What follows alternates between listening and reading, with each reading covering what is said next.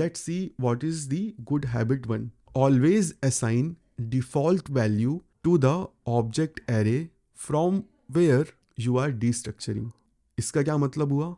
Well, so for example मेरा ये जो ऑब्जेक्ट है ये अनडिफाइंड होता, and later in my code I am trying to do this.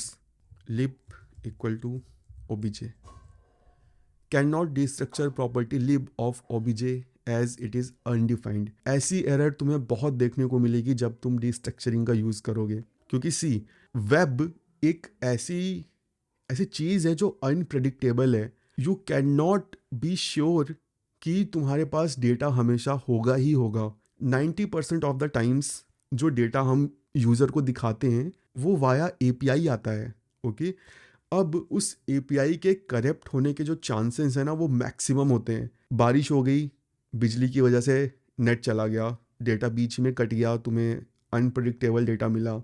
System में किसी दूसरे सॉफ्टवेयर की वजह से तुम्हारा सिस्टम स्लो हो गया, क्रोम को डेटा नहीं मिला. तो कई बार अनप्रेडिक्टेबल डेटा की वजह से भी एरर आ जाती है. एज अ वेब डेवलपर हमारी जो फर्स्ट कोशिश या फर्स्ट थिंग होनी चाहिए वो ये कि भाई एटलीस्ट हमने नल चेक्स ऐड कर रखे हो. So what we can do, instead of directly assigning this value, starting में ही चेक कर सकते हैं कि भाई अगर ये अनडिफाइंड है तो इसमें एक एम्प्टी ऑब्जेक्ट डाल दो. सो अभी मेरे पास कोई एरर नहीं आ रही. If I do this console.log lib तो ये अनडिफाइंड होगा, क्योंकि undefined is the default value अगर कोई की एग्जिस्ट नहीं करती है. अब मान लो ये कोड मेरे पास किसी फंक्शन से आ रहा होता, आई कैन नॉट गारंटी कि किसने काम किया होगा. एज अ डेवलपर मेरी रिस्पॉन्सिबिलिटी बनती है कि मैं जब डिस्ट्रक्चरिंग करूं मैं एक डिफ़ॉल्ट वैल्यू असाइन कर दूं बेस्ड ऑन डेटा टाइप. अगर ऑब्जेक्ट है तो ऑब्जेक्ट, एरे है तो एरे, सो दैट मुझे इस टाइप की एरर देखने को ना मिले. सो दिस इज़ हैबिट नंबर 1 जो हमें फॉलो करनी है. Let's see habit number 2. Always use default values while destructuring. यहाँ पे देखो मुझे क्या दिख रहा है, undefined. अगर मैंने ये वाली इंफॉर्मेशन को UI पे दिखाया होता तो मुझे undefined दिखता, जिसके स्क्रीनशॉट्स तुम लिंक्डइन वगैरह में देखते रहते होगे कि लोग बोलते हैं भाई इस एप्लीकेशन में नल दिख रहा है, यहाँ undefined दिख रहा है. वो इसी वजह से दिखता है. Now we can easily tackle it while destructuring. We can provide a default value. Empty string दे दी मैंने. अगर lib की वैल्यू undefined है तो assign empty string. See, empty string.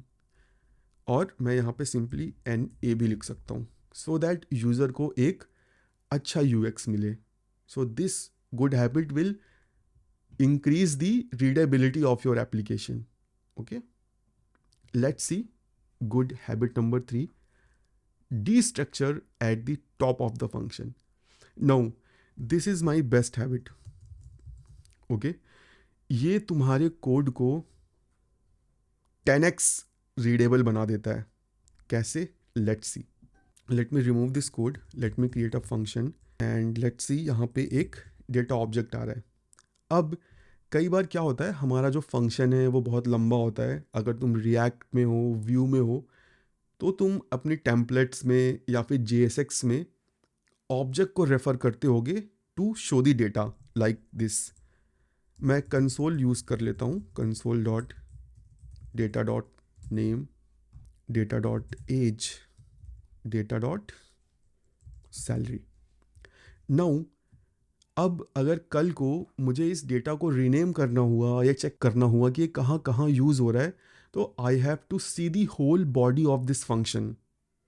अब अगर मैंने इस डेटा को टॉप में ही डिस्ट्रक्चर कर लिया होता like this, const name age salary data, let me remove this now. तो सी, मुझे इस फंक्शन की बॉडी से कोई मतलब ही नहीं है. मुझे पहले ही पता चल जा रहा है कि ये डेटा किस टाइप का है और इसमें से मैं क्या क्या इंफॉर्मेशन यूज़ कर रहा हूँ. नाउ इसका जो सबसे कॉमन यूज़ केस तुम कर सकते हो when you are using a map. Map में जनरली हमें ऑब्जेक्ट मिलता है और हम अपने इस मैप के अंदर obj.x obj.y करते रहते हैं. Stop doing that. सिंपली तुम इसको फर्स्ट लाइन पे ही डिस्ट्रक्चर मार लो कि तुम्हें इसमें से क्या क्या चाहिए, और मैं तो पर्सनली कई बार यहीं पे डिस्ट्रक्चर मार लेता हूँ, आईडी एंड इंडेक्स या जो भी डेटा है, सो दैट मुझे पता हो कि इस ऑब्जेक्ट में से मुझे क्या क्या चाहिए। ओके, एंड सेम काम तुम यहाँ पे भी कर सकते हो। You can move this here so that you can reduce one line of code. Okay, see, और यहाँ पे तुम डिफ़ॉल्ट वैल्यू भी असाइन कर सकते हो। इसका यूज़ तुम कर सकते हो अपने प्रॉप्स को डिस्ट्रक्चर करने में। रिएक्ट में लोग क्या करते हैं, प्रॉप्स मिलता है, फिर हर जगह props dot X props dot Y करते रहते हैं, पता ही नहीं चलता क्या क्या प्रॉप्स आ रहे हैं। अगर तुम पहली ही लाइन में डिस्ट्रक्चर मार लो अपने प्रॉप्स को, तो तुम्हें एग्जैक्टली पता होगा कंपोनेंट को देख के कि ये प्रॉप्स हैं। Okay, so this is the another good habit जो आई विल रिकमेंड कि तुम लोग फॉलो करो।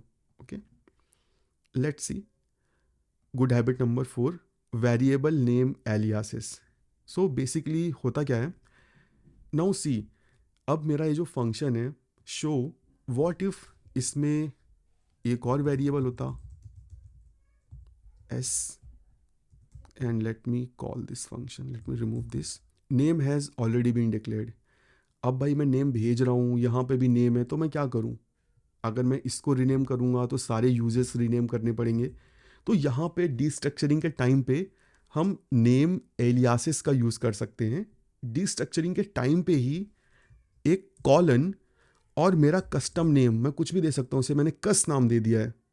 ओके, सो अब instead of using this name I can use this word कस। ओके, इसका मैं एक और एग्जांपल तुम्हें दिखा देता हूँ। कॉन्स्ट और पीछे लिब रिएक्ट कॉन्स्ट लिब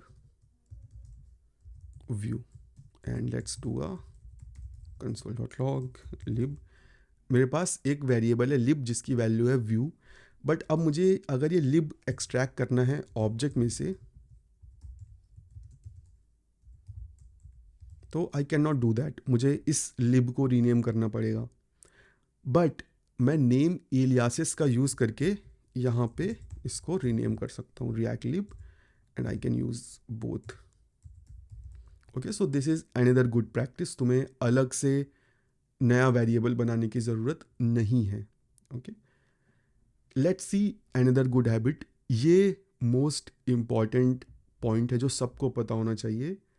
जब हम स्प्रेड करते हैं एरे या ऑब्जेक्ट को, तो वहाँ पे शैलो कॉपी होती है, नॉट डीप कॉपी। इसको हम एक बार समझ लेते हैं कि शैलो और डीप कॉपी क्या है।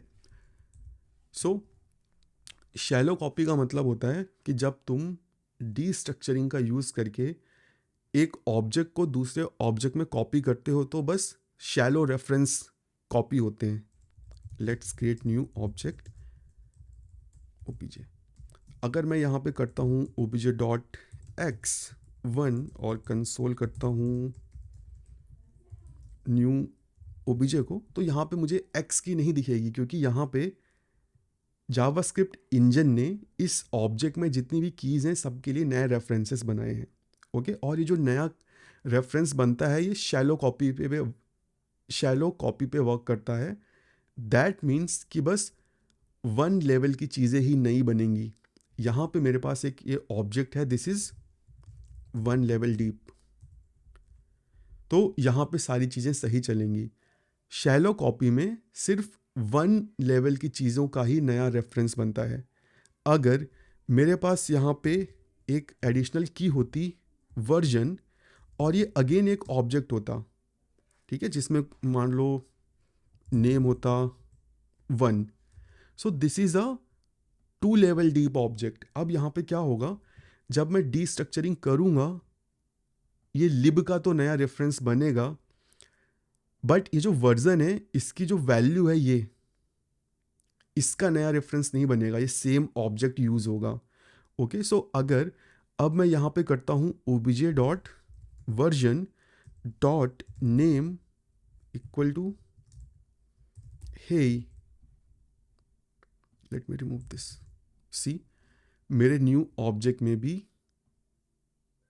हे की आ गई है। बल्कि यहाँ पे 1 आना चाहिए था। अगर मैं इस लाइन को हटा दूँ तो सी 1, बट अगर इसको मैं वापस लाऊँ तो hey. So this is the another edge case of spread. ये बस 1 लेवल वाले ऑब्जेक्ट या एरेज को ही लाइक कॉपी करता है। अगर वो नेस्टेड है तो उनके रेफरेंसेस कॉपी होते हैं। If you ask what is the solution, तो रिसेंटली एक नया फंक्शन ऐड हुआ है जावास्क्रिप्ट में, that is called structured clone. Okay, structured clone, जो कि ऑब्जेक्ट्स को डीप क्लोन करने के काम आता है। तो यू कैन पास ओबीजे। अभी ये वाली लाइन का कोई महत्व नहीं होगा क्योंकि हमने इस ऑब्जेक्ट को डीप क्लोन कर लिया है।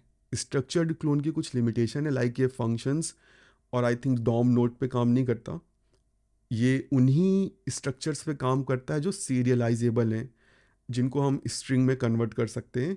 तो इसकी लिमिटेशन तुम देख लेना, but for majority of use cases this will work. Okay, so these were the good habits जो एज अ डेवलपर तुम्हें फॉलो करनी चाहिए डी स्ट्रक्चरिंग और स्प्रेड को लेके।